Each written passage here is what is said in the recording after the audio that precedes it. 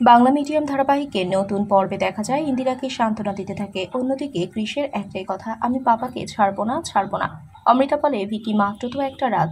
অর্ক, কাকিমা ও তিয়াস তোমরা এখন আসতে পারো। সবাই চলে গেলে দরজা বন্ধ করে দিল অমৃতা। ভিকি বলে, আমিও আসছি। অমৃতা বলে, ভিকি মাত্র একটা রাত।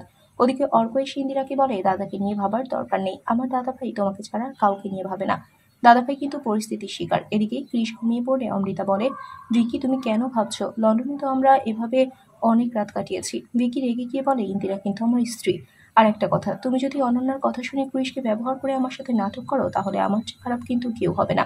ভিকি বেরিয়ে যাবে, ঠিক সেই সময় কৃষ উঠে বলে, পাপা তুমি যাবে না। ভিকি মনে মনে বলে, ইন্দিরা তুমি কেন পাঠালে আমাকে?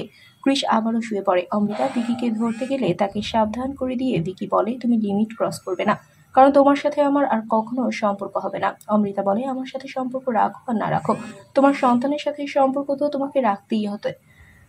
এদিকে ইন্দিরা জানিয়ে দিবে কিভাবে জমির দলিলকে অফিসের কাগজ বলে সাইন করতে হবে, সেটা সায়ন ও মেজকাকে বুঝিয়ে দিল। অর্ক চা নাস্তা নিয়ে চলে এসেছে। অর্ক বলে, মায়ের কাছ থেকে সাইনটা করানোর দায়িত্ব আমার। পরের দিন দেখা যায় যে অর্ক তার মাকে নিয়ে ঠাকুরের সামনে বেশ মজা করছে, কিন্তু অনন্যার মনে সংশয় দেখা দিয়েছে। অর্ক মাকে বলে, তুমি নিশ্চিন্তে থাকো মা, ইন্দিরা কেন, ওর কালো ছায়াও তোমার উপর পড়বে না। আর অষ্টমীর দিন কি করতে হবে আমাকে একটু বুঝিয়ে দিলেই চলবে। এমন সময় বিপাশ কাকা এসে বলে, বৌদি স্কুলের কাগজগুলো স্বাক্ষর না করলে ব্যাংক বন্ধ হয়ে গেলে তো আর 7-8 দিনে কিছু হবে না। সায়নও কিন্তু কিছু পেপার্স নিয়ে বলে, অফিসের এই কাগজগুলো তোমার স্বাক্ষর না করলে আমি তো কাজ করতে পারছি না। অর্ক বলে, ওসব স্বাক্ষর টাক্ষর এখন হবে না, আগে পুজো পরে স্কুল অফিস। অরণ্যা বলে, তারা অর্ক, আমি আগে স্বাক্ষরগুলো করে দিই, ওরা কাজ করুক।